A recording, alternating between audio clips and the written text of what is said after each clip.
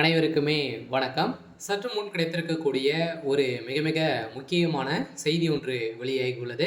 சற்று முன் ஸ்டாலின் மீது நீதிமன்றம் வழக்கு பதிவு, கதை முடிந்தது. இது மாதிரி பார்த்தீங்கன்னா செய்திகள் வெளியாயிருக்கு. இப்போ அதிரடியாக ஏற்கனவே பார்த்தீங்கன்னா டாஸ்மாக் உடைய நிறுவனத்தில் நடந்த ரைடின் அடிப்படையில் அதிரடியாக செந்தில் பாலாஜியுடைய நண்பர்களும் அதே மாதிரி உதயநிதியுடைய நண்பர்கள் பார்த்தீங்கன்னா வசமாக சிக்கியிருந்தாங்க இல்லையா? இதெல்லாம் பார்த்தீங்கன்னா ஏற்கனவே டாஸ்மாக் உடைய நிறுவனத்தில் மேலாளராக வேலை செய்திருந்த விசாகன் அவர்கள் பார்த்தீங்கன்னா கொடுத்த வாக்குமூலத்தின் அடிப்படையில் இப்போ முதல்வர் ஸ்டாலின் மீதே பார்த்தீங்கன்னா வழக்கு பதிவு செஞ்சுருக்காங்க. இப்போ அதிரடியாக முதல்வர் ஸ்டாலின் அவர்களும் பார்த்தீங்கன்னா கைது செய்யப்பட்டிருக்காரு. இப்போ நீதிமன்றத்தில் முதல்வர் ஸ்டாலின் அவர்களும் பார்த்தீங்கன்னா இன்று நீதிமன்றத்தில் ஆஜராகி இப்போ இப்போ முதல்வர் ஸ்டாலின் மீது வழக்கு பதிவு நடந்திருக்கு. அதில் இந்த டாஸ்மாக் நிறுவனத்தில் குறைந்தபட்சம் 1000 கோடிக்கு மேலே மெகா ஊழல் நடந்திருக்கு அப்படின்றத இப்போ நிரூபணமாக இருக்குது. இது தகுந்த ஆதாரங்களும் சிக்கிருக்கு. இந்த ஆதாரத்தின் அடிப்படையிலும் அதே மாதிரி உதயநிதியுடைய நண்பர்களும் வசமாக சிக்கியிருந்தாங்க இல்லையா? அவர்கள் கொடுத்த வாக்குமூலத்தின் அடிப்படையிலும் இப்போ முதல்வர் ஸ்டாலின் மீதே வழக்கு பதிவு நடந்திருக்கு. இதை பற்றி இந்த வீடியோவில் நம்ம முழுமையாக பார்க்கலாம். அதுக்கு முன்னாடி நம்ம சேனலுக்கு இப்போ தான் நீங்கள் முதல் முறையாக வந்திருக்கீங்க அப்படின்னா மறக்காமல் நம்மளுடைய சேனலை சப்ஸ்கிரைப் பண்ணி சப்போர்ட் பண்ணுங்கள். வாங்க வீடியோக்குள்ளே போகலாம்.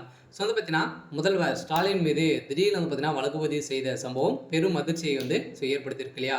ஏற்கனவே டாஸ்மாக் இந்திய வரலாற்றிலேயே முதல் முறையாக பார்த்தீங்கன்னா டாஸ்மாக் உடைய நிறுவனத்தில் நடந்த ரைடின் அடிப்படையில் எக்கச்சக்கமான ஆதாரங்களும் பணங்களும் மோசமாக சிக்கிறது இல்லையா? இது பார்த்தீங்கன்னா இதில் சென்னையில் ஜெகத்ரக்ஷனுடைய சம்மந்தப்பட்ட ஆலைகளிலும் அதே மாதிரி செந்தில் பாலாஜிக்கு சம்மந்தப்பட்ட மது ஆலைகளிலும் பார்த்தீங்கன்னா ரைடுகள் தொடர்ந்து ஒரு 3-4 நாட்களாகவே நடந்தது. அதே தொடர்ந்து இரண்டாவது முறையாக நடந்த ரைடின் அடிப்படையில் விசாகன் அவர் அதே மாதிரி அதை தொடர்ந்து தொழிலதிபர்களும் பார்த்தீங்கன்னா வசமாக சிக்கியிருந்தாங்க இல்லையா?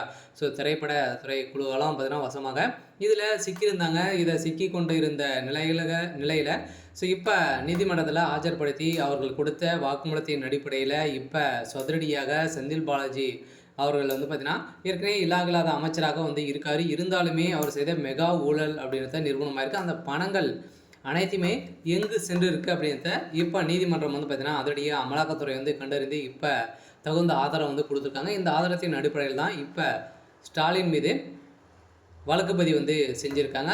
இப்போ இந்த 1000 கோடி மெகா ஊழல் நிரூபணமாக இருக்குது. முதல்வர் ஸ்டாலின் மீதே வழக்கு பதிவு நடந்திருக்கக்கூடிய நிலையில் தான் அதிரடியாக இந்த டாஸ்மாக் நிறுவனத்தில் அதிரடியாக திமுகவுடைய தலைமையும் வசமாக சிக்கி கொண்டிருக்கு. பார்த்தீங்கன்னா இந்த திமுகவுடைய தலைமையும் வருகின்ற சட்டமன்ற தேர்தலுக்காக எக்கச்சக்கமான ஊழல் எந்தெந்த நிறுவனத்தில் எந்தெந்த துறையில் பணங்களை ஒதுக்கணுமோ அனைத்து துறையிலும் மெகா ஊழல் செஞ்சுருக்காங்க. இந்த நிலையில் தான் முதல்வர் ஸ்டாலின் அவருடைய ஆட்சி சரியில்லை அப்படிங்கிற மாதிரி குற்றச்சாட்டுகள் எழுந்திருக்கு. இதன் அடிப்படையில் தான் வழக்கு பதிவு நடந்திருக்கு. சரி, ஓகே. இன்னைக்கான அப்டேட் இதுதான். மறக்காமல் நம்மளுடைய சேனலை சப்ஸ்கிரைப் பண்ணி சப்போர்ட் பண்ணுங்கள். தேங்க்யூ.